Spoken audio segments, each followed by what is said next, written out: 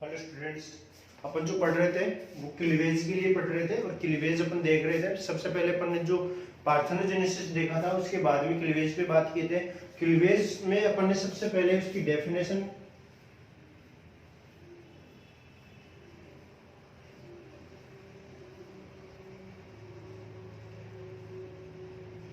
इसमें अपन ने सबसे पहले जो देखा था वो अपन इसकी डेफिनेशन की बात की। फिर अपन ने क्या देखा, इसका स्पेशल फीचर्स ऑफ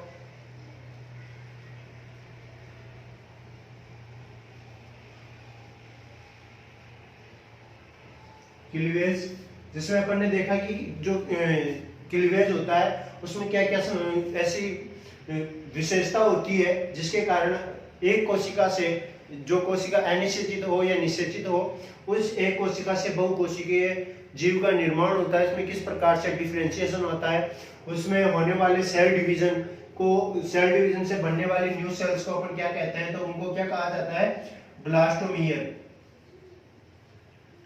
और इन सभी सेल्स से जो कोरक का निर्माण होता है उसे कहा जाता है ब्लास्टुला। फिर अपन ने यह भी देखा था स्पेशल फीचर्स ऑफ क्लीवेज के अंदर कि क्लीवेज की रेट को कहां से, क्लीवेज की जो प्रोसेस होती है वो कहां से कहां तक स्टार्ट होती है। तो अपन बात कर चुके थे जाइगोट से start to zygote,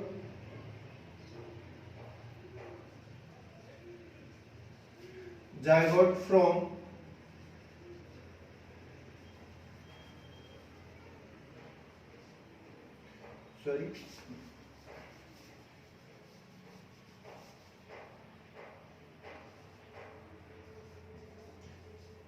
zygote to blastula.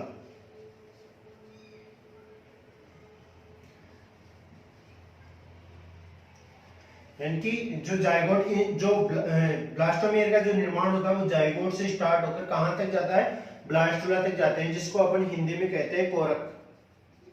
और इनके इसके बीच में जो खाज पाई जाती है ब्लास्टुला या कोरक खंड जिसे कहते हैं, कोरक गुहा जिसे अपन कहते हैं,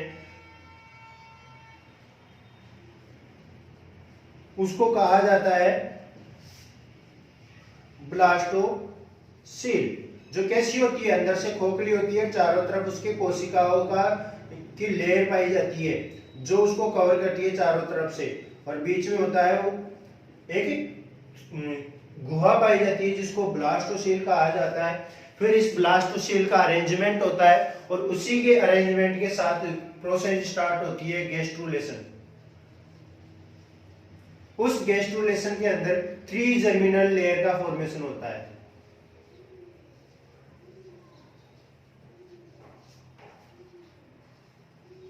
या 3 जर्मिनल सेल्स कहते हैं अपन इनको।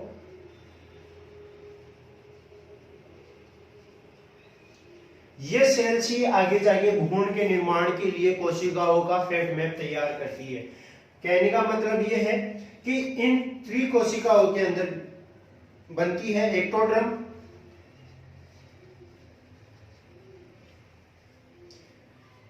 Mesoderm and endoderm. ये सभी अपनी कोशिका, अपने बॉडी के सभी पार्ट का जो निर्माण करता है वो इन तीनों सेल्स के द्वारा ही निर्माण किया जाता है। और इसी गैस्ट्रुलेशन प्रोसेस के अंदर इन तीनों कोशिकाओं का क्या होता है, फेट मैप तैयार होता है और उनका कार्य इनको सौंप दिया जाता है कि कौन सी कोशिका क्या करेगी। जैसे कि एक्टोड्रम की अपन बात करते हैं तो ये सबसे बाहरी सेल्स होती है, बाहर की तरफ पाई जाने वाली सेल्स होती है। तो अपनी जो स्किन या एपिडर्मिस का जो निर्माण होता है एपिथेलियम सेल्स का, वो कौन करती है, एक्टोड्रम ही करती है। ठीक है, इसी प्रकार सभी के अपन जो डिस्कस करेंगे नेक्स्ट क्लास, अगली क्लास में गैस्ट्रुलेशन में, तो अपन देखेंगे कि कौन सी कोशिका क्या बनाती है। ठीक है, फिर अपन स्पेशल फीचर्स ऑफ क्लीवेज के बाद में अपन ने देखा था डिफरेंस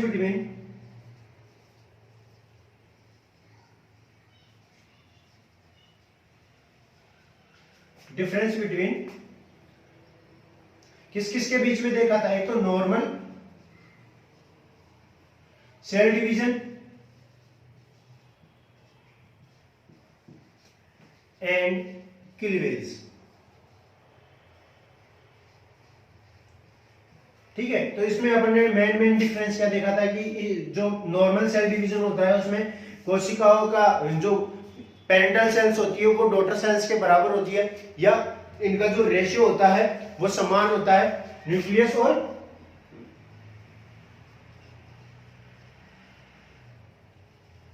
न्यूक्लियस एंड साइटोप्लाज्म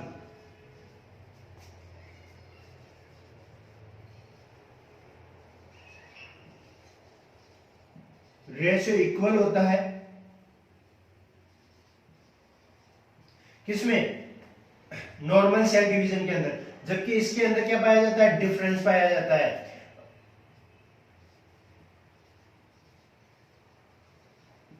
ठीक है, और जैसे जैसे क्लीवेज की दर क्लीवेज होते हुए कोशिकाओं की संख्या बढ़ती जाती है, ये डिफरेंस, ये रेशियो का डिफरेंस क्या होता है? बढ़ता जाता है।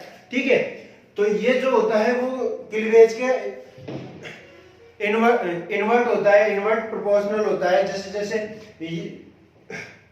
क्लीवेज बढ़ेगा या क्लीवेज के अंदर कोशिकाओं की संख्या बढ़ेगी, इस क्लीवेज में न्यूक्लियस और साइटोप्लाज्म का रेशियो भी बढ़ता जाएगा। ठीक है, फिर अपन ने देखा कि इसमें क्लीवेज के अंदर न्यूक्लियस और कोशिका का आकार बढ़ता नहीं है और कोशिका धीरे धीरे छोटी होती जाती है। अपनी पैतृक कोशिका पेरेंटल सेल से डॉटर सेल्स में उसका जो आकार होता है वो आधा रह जाता है, लेकिन नॉर्मल सेल्स के अंदर ऐसा नहीं होता। फिर अपन ने थोड़ा दिन अंतिम जो टॉपिक था अपना वो था रेट ऑफ क्लीवेज।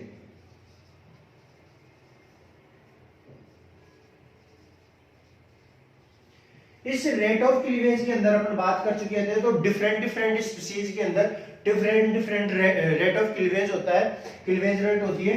तो ये क्या होता है? अपन कह सकते हैं कि ये जो रेट ऑफ क्लीवेज होती है, rate of cleavage is a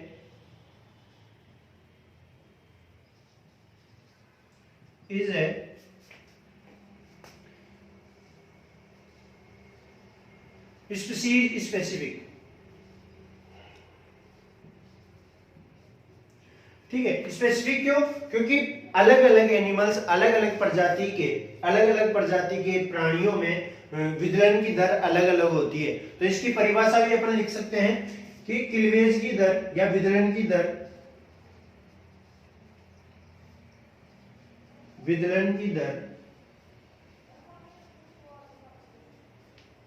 अलग अलग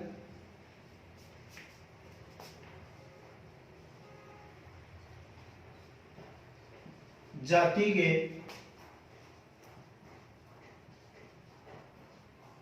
प्राणियों में अलग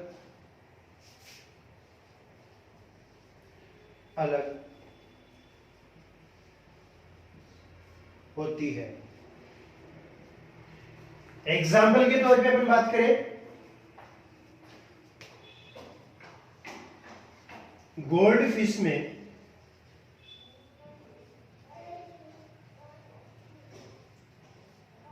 विदलन की दर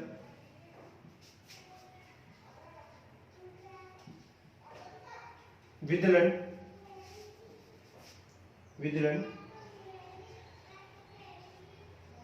20 मिनट पर होता है,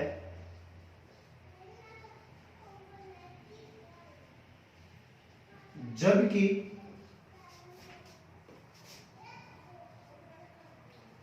चूहे में विदलन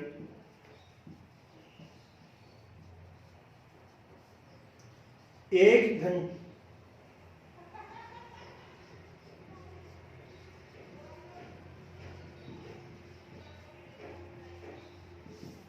1 घंटे में होता है।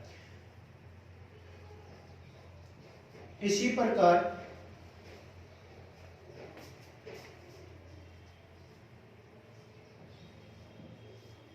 मेंढक में 10 से 20 घंटे में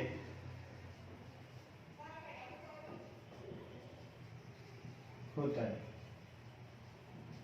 ठीक है, तो यहां पे एग्जांपल की बात करें तो गोल्ड फिश के अंदर तो 20 मिनट में हो रहा है, जबकि चूहे के अंदर 1 घंटे का समय ले रहा है। और इसी प्रकार अपन बात करें मेंढक की, तो मेंढक के अंदर जो उसके जायगोट या अनिषेचित अंडे में जो निषेचित या अनिषेचित एग के अंदर जो क्लीवेज हो रहा है वो कितने समय में हो रहा है? 10 से 20 घंटे में होता है। तो इनकी अलग अलग होती है, क्योंकि अलग अलग प्रजाति के एग्स के अंदर जो क्लीवेज या विदलन की दर जो होती है वो अलग अलग होती है। इसके बाद अपन बात करें कि ये जो विदलन जो होता है, विदलन समकालिक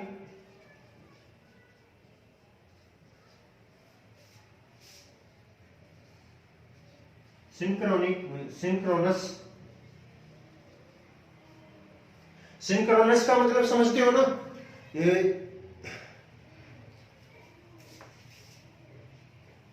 सिंक्रोनस यानी कि एक ही समय में सभी कोशिकाओं के अंदर विदलन होना सिंक्रोनस कहलाता है।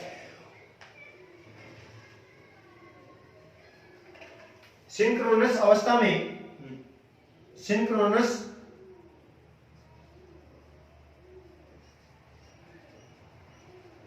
अवस्था में विदलन की दर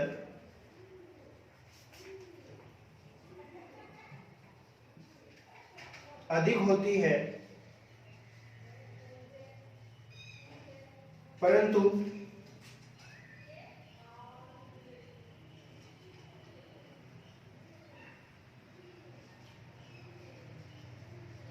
असमकालिक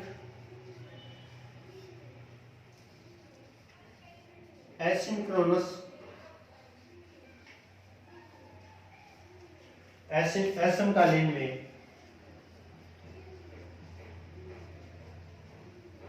विदलन की दर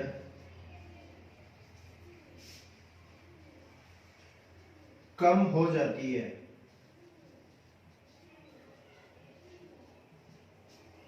ठीक है, अब यहां पे एक सवाल उठता है कि विदलन समकालिक अवस्था के अंदर तो अधिक तेज गति से होता है। जो क्लीवेज की कैसी अवस्था होती है? प्रारंभिक अवस्था।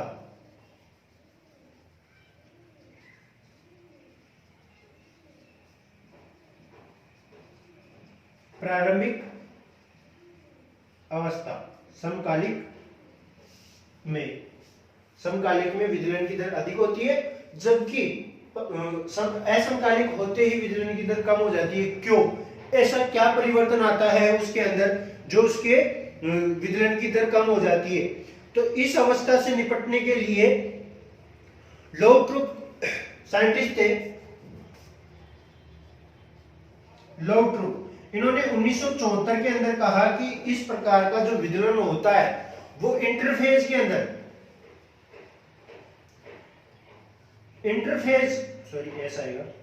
इंटरफेज अवस्था में कुछ चेंजेस होते हैं, या इसके अंदर कुछ साइटोप्लाज्म में जो कोशिका द्रव्य है उसके अंदर कुछ पदार्थों की कमी हो जाती है, जिसके कारण इंटरफेज की अवस्था बढ़ जाती है। और इंटरफेज की अवस्था बढ़ जाने के कारण विदलन की दर भी क्या हो जाती है? कम हो जाती है। तो अब ये जो कोशिका द्रव्य के अंदर ऐसा कौन सा पदार्थ है जिसकी कमी के कारण इंटरफेज की अवधि जो होती है या पीरियड जो होता है इसका वो बढ़ कैसे जाता है? इसमें ऐसी कौन से पदार्थ की कमी हो जाती है? तो इसके लिए साइंटिस्ट आए मेजिया 1961 में ही उन्होंने बता दिया था कि जो माइटोटिक एपरेचर होते हैं उनके अंदर किसी विशेष प्रकार की प्रोटीन कम हो जाने के कारण, प्रोटीन की कमी हो जाने के कारण उसमें इंटरफेज बढ़ जाता है। क्यों बढ़ जाता है? क्योंकि पहले जब क्लीवेज हो रहा था, विदलन हो रहा था, तो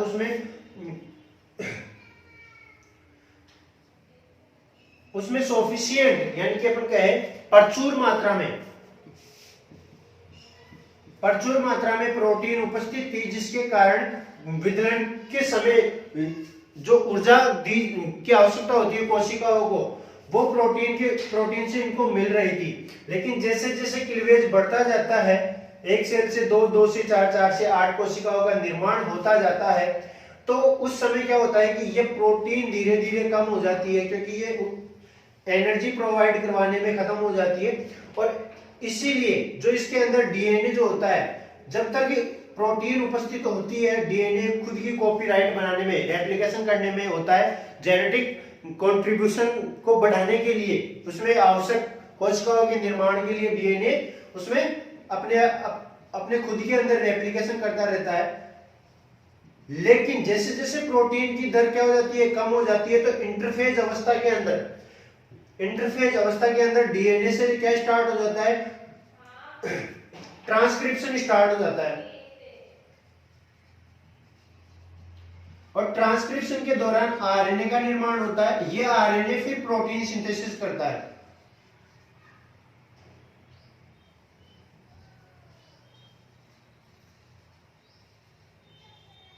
और ये प्रोटीन सिंथेसिस होकर फिर कोशिकाओं को क्या करती है, एनर्जी उपलब्ध करवाती है। ये एनर्जी उपलब्ध होने के बाद में कोशिकाओं का निर्माण होता है, जिससे इंटरफेज की अवस्था बढ़ जाती है। इस प्रकार से इसमें क्या हो जाता है, जो असमकालिक अवस्था होती है उसमें विदलन की दर धीमी हो जाती है, कम हो जाती है।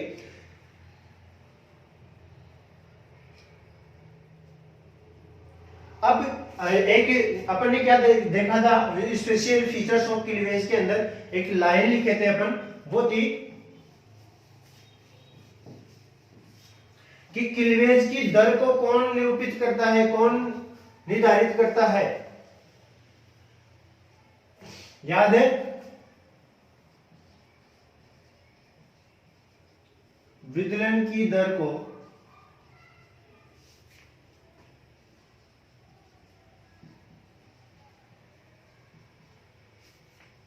निर्धारित करता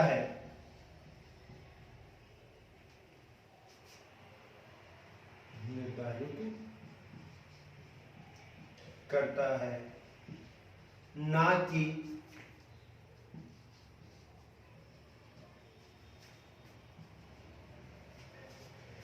तो विदलन की दर को कोशिका द्रव्य निर्धारित करता है, ना कि केंद्रक। अपन जानते हैं, अपन ने पढ़ा भी है किस प्रकार से इसके लिए जो परिणाम की आवश्यकता होती है कि ये कैसे संभव है। तो अगर अपन कहें कि डिप्लॉयड एग है तो इसमें क्रोमोसोम्स की संख्या अधिक है, हाई है, और हैप्लॉइड की अपेक्षा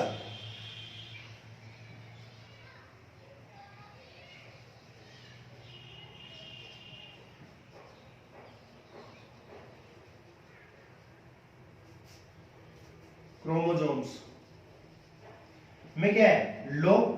जबकि अपन बात करें ट्रिप्लॉइड, तो इसमें क्रोमोसोम्स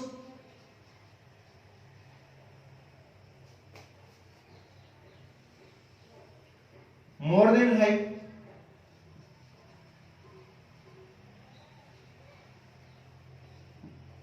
हाई से भी हाई है, ठीक है। लेकिन ये एग्जाम्पल, ये जो प्रयोग किया गया वो फ्रॉग के एग पे किया गया, ठीक है। और डिप्लॉयड एग में हैप्लॉइड और ट्रिप्लॉइड, इन तीनों के अंदर क्रोमोसोम्स की कैसी संख्या हो गई। यहां पे जैसे अपन माने कि यहां पे तो 16 थी, यहां पे कितने हो गए 8, और यहां पे 24, लेकिन इनमें जो रेट ऑफ क्लीवेज थी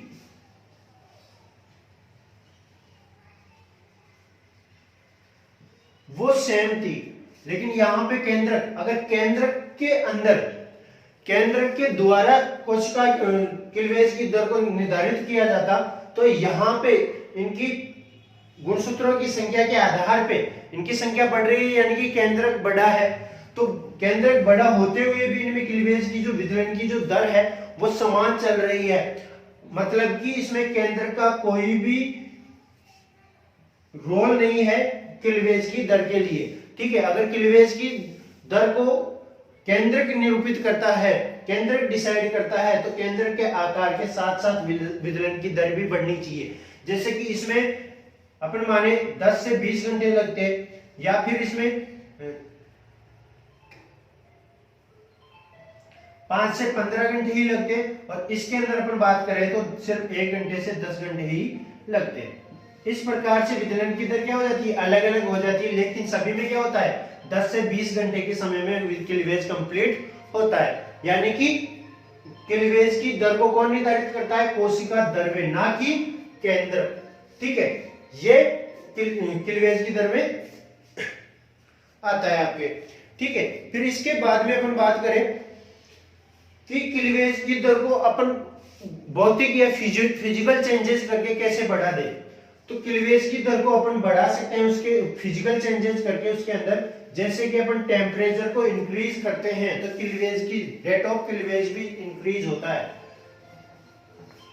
ठीक है, ऐसे ही अगर टेम्परेचर को डाउन करते हैं तो क्लीवेज की दर भी क्या हो जाती है, डाउन हो जाती है। या अपन कहे कि रेडिएशन के द्वारा अगर एग को उपचारित किया जाता है तो उसमें क्लीवेज की दर बढ़ जाती है।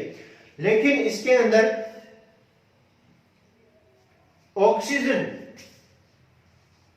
ऑक्सीजन की प्रचुर मात्रा अगर इसको उपलब्ध करवाई जाती है तो क्लीवेज की रेट बढ़ जाती है।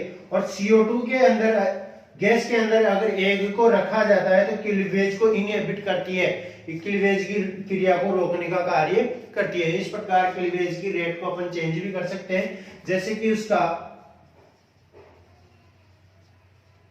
टेम्परेचर इंक्रीज या डिक्रीज करके,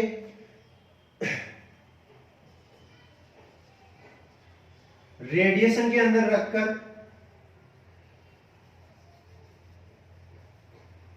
और ऑक्सीजन गैस के अंदर उसको रखकर भी उसका अपन इंक्रीज और डिक्रीज रेट ऑफ क्लीवेज में इंक्रीज या डिक्रीज कर सकते हैं।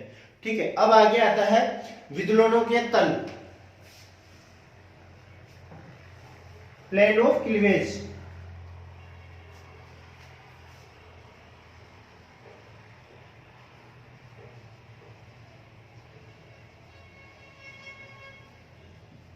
प्लेन ऑफ क्लीवेज, तल, विदलनों के तल। विदलनों की तल तल का मतलब होता है कि जो एग या जो जायगोट होता है उसको किस दिशा से काटा जाता है, ऊर्ध्वाधर काटा जाता है, अनुप्रस्थ काटा जाता है या ऊर्ध्वाधर काटा जाता है। ठीक है, ये सभी अनुदैर्घ्य क्षेत्र से काटा जाता है, अनुप्रस्थ से या अनुदैर्घ्य से, ये अलग अलग क्षेत्र के आधार पर इनको काटा जाता है। तो वही क्या कहलाता है, इनके तल कहलाते हैं। जैसे कि रेखित अलग अलग होते हैं। जैसे अपन बात करें, सबसे पहले जो आता है वो आता है आपके रेखांशित तल या मेरिडियनियल तल, जिसे अपन कहते हैं विदलन खाच के अंदर जो रेखांशित तल होता है उसके अंदर अपन बात करें एनिमल पोल और वेजिटेबल पोल। ये अपना मान ले एनिमल पोल,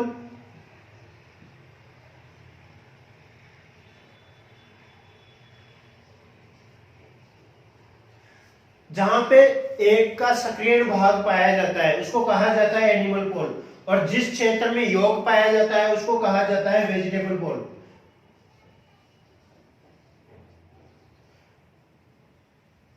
उसको कहा जाता है वेजिटल एक्सिस।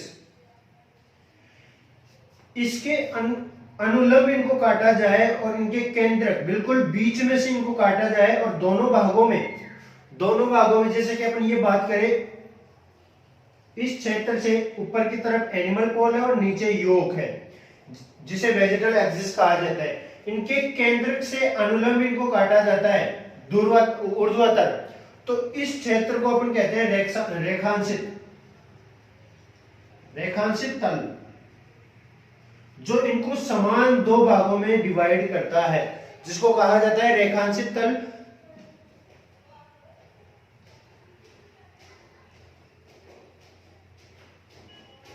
यानी कि एनिमल के सक्रिय, या अपन कहे कि सक्रिय जंतु एक्सिस एनिमल पोल जिसे अपन कहते हैं, और अल्पवित्तीय या अल्पक्रिय ध्रुवों के मध्य से इनको काटा जाए ठीक है, जो इनको दो अक्षों में विभाजित करती है, दो ध्रुवों के अंदर डिवाइड करती है, वो कहलाती है रेखांशित या मेरिडियोनियल। ठीक है, तो इनको जो क्लीवेज करने के जो तल होते हैं, या अपन कहे कि विदलन के लिए जो तल निर्धारित होते हैं, जिस तल से या जिस जगह से काटा जाता है और उसके लिए जो तल का निर्माण होता है, जो प्लेन का निर्माण होता है, उसी को प्लेन ऑफ क्लीवेज कहा जाता है।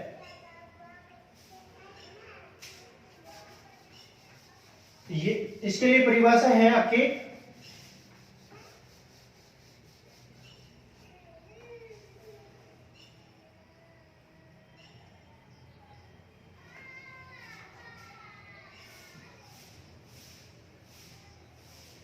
विदलन के दौरान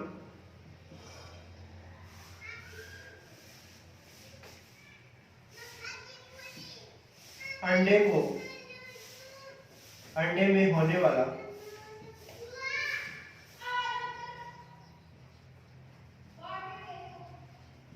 विभाजन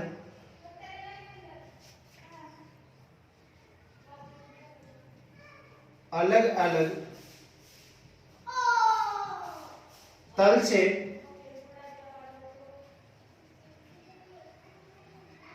प्रारंभ होता है।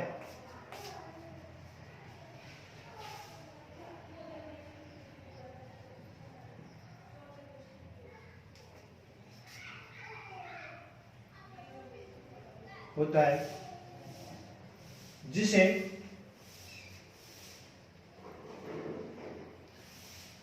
होता है एवं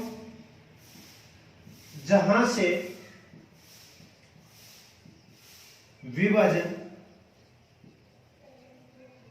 प्रारंभ होता है,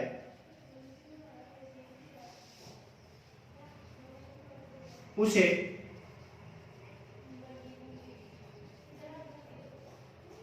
विदलन के तल, उस क्षेत्र को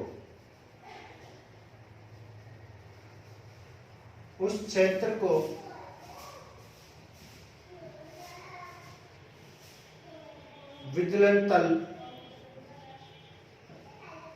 कहते हैं।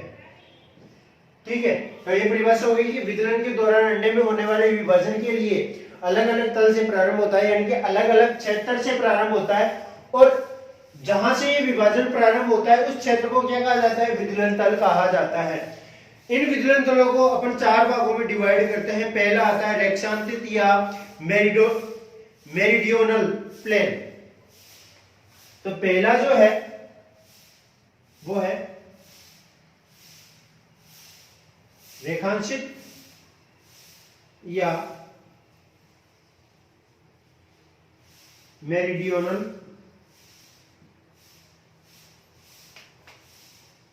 तल।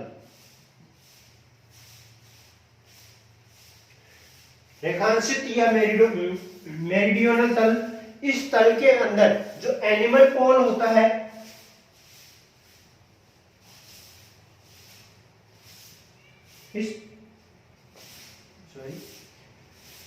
इसके लिए होगा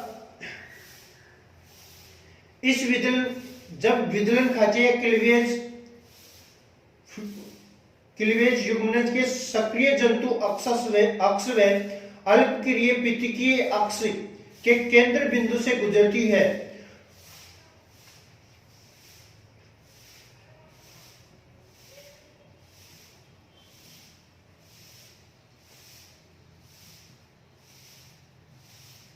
जो विदलन खांचे यानी कि जो विदलन के दौरान जो कोशिकाओं का जो प्लेन तैयार होता है उसे कहा जाता है विदलन खांच। ठीक है, विदलन खांचे अंडे के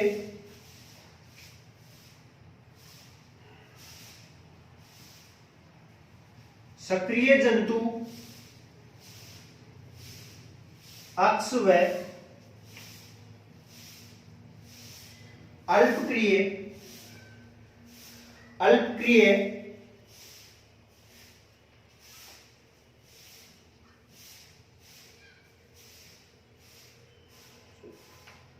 अल्पक्रिय पित्तकीय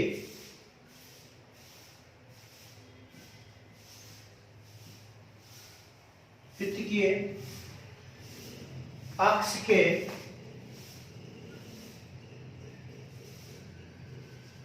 केंद्र बिंदु से गुजरती है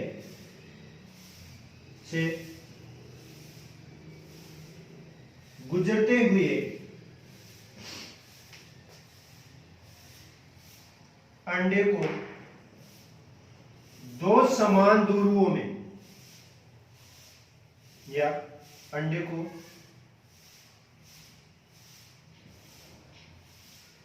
समान ध्रुवों में विभाजित करती है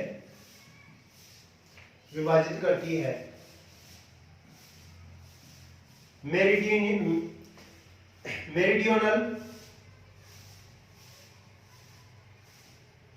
प्लेन या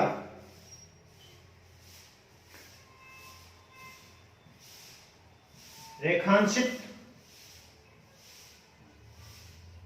तल कहलाता है। ठीक है, सेकंड जो आता है इसमें क्या होता है, जब विदलन खांचे यानी कि जो एनिमल पोल और वेजिटेबल पोल, ये है अपना एनिमल पोल,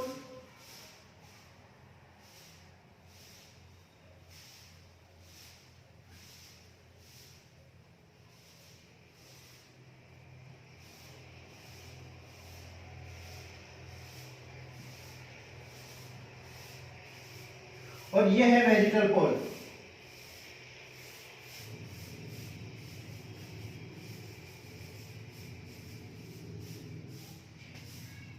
इनके केंद्र बिंदु से, तो ये केंद्र के बिंदु है, यहां से गुजरते हुए इसको दो ध्रुवों के अंदर, अंडे को समान ध्रुवों के अंदर विभाजित करती है। तो ऐसा विभाजन क्या कहलाता है, ऐसे क्षेत्र को अपन कहते हैं रेखांकित तल या मेरिडियनल तल। ठीक है, तो ये इस प्रकार से एग के अंदर विदलन होता है। ये इसका डायग्राम है जिसे अपन कहते हैं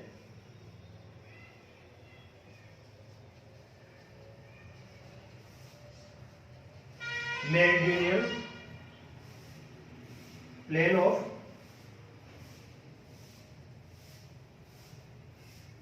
क्लीवेज। इसके बाद में जो आपके अगला आता है वो है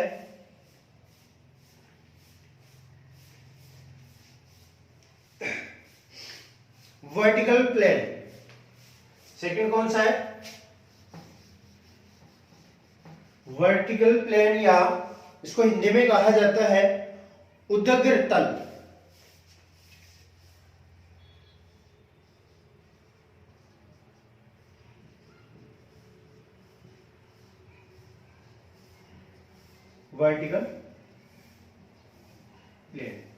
वर्टिकल प्लेन और मेरिडियनल प्लेन के अंदर कुछ भी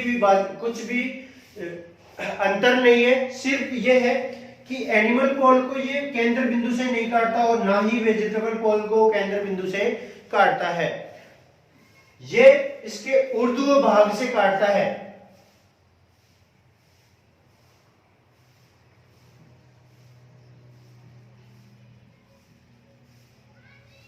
जब विदलन में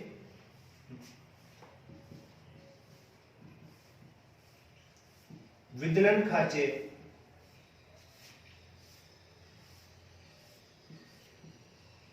अंडे के सक्रिय भाग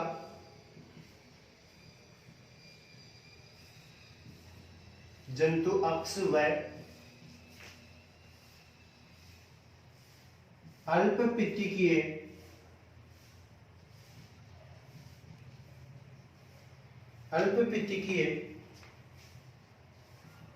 अक्ष के ऊर्ध्वाधर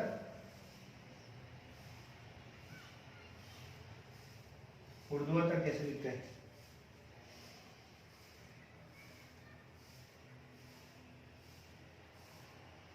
अल्पपित्तिकीय ध्रुव की ओर, ऊर्ध्वाधर नहीं, ध्रुव की तरफ की ओर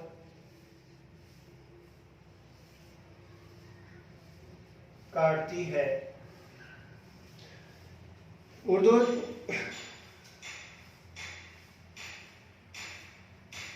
ध्रुव की ओर काटती है, जंतु मध्य अक्ष के केंद्र बिंदु से नहीं गुजरती। ध्रुव की ओर, इनके सक्रिय जंतु अक्ष व अल्पपीतिकीय अक्ष के ध्रुव की ओर तो काटती है, लेकिन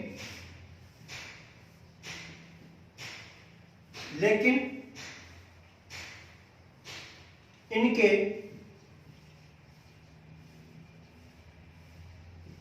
केंद्र बिंदु से नहीं गुजरती। बिंदु से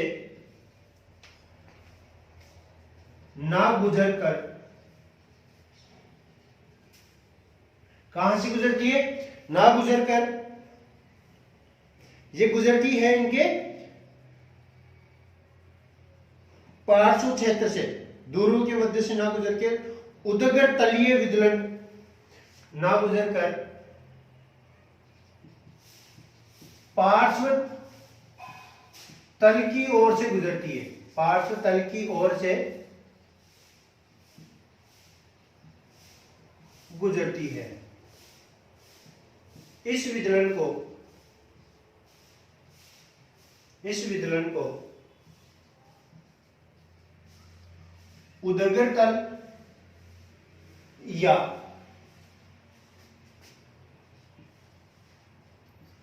वर्टिकल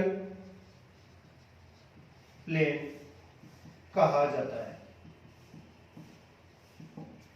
ठीक है, तो इस प्रकार का विदलन कहां से होता है? ये होता है एक तो वर्टिकल प्लेन से, और वेजिटेबल एनिमल पोल के पास से, एनिमल जंतु या एनिमल पोल के पास से होता है, और अल्पपीतिकीय वेजिटल पोल के पास से होता है, लेकिन ये उसके पार्श्व लेटरल क्षेत्र से गुजरता है, ना कि केंद्र से। अगर सेंटर से गुजरना तो वो कौन सा हो जाता? वो हो जाता अपना मेरिडियनल तल, लेकिन ये वर्टिकल तल होता है पार्श्व क्षेत्र से, इसके वर्टिकल पार्ट से निकलता है, वर्टिकल क्षेत्र से निकलता है, इसीलिए इसको उदगर तल के नाम से जाना जाता है। इस प्रकार ये एनिमल पोल के केंद्र से ना गुजरते हुए इसके पार्श्व क्षेत्र से गुजरता है, और इस प्रकार का इसका विदलन जो होता है वो होता है वर्टिकल प्लेन ऑफ क्लीवेज।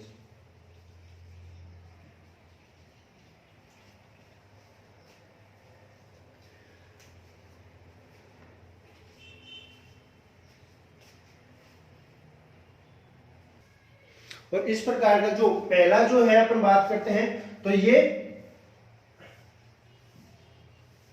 मेंढक लेपिडोस्टोसियस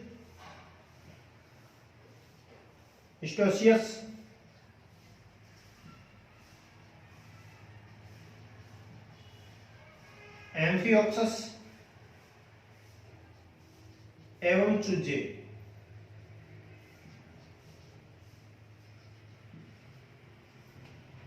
ये एग्जाम्पल है इसके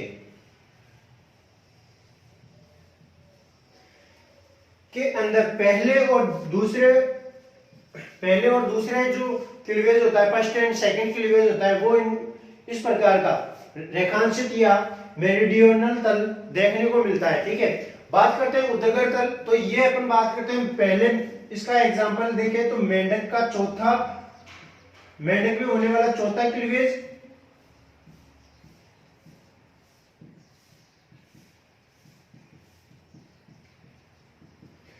जबकि बाकी बच गए अपने लेपिडोस्टोसियस,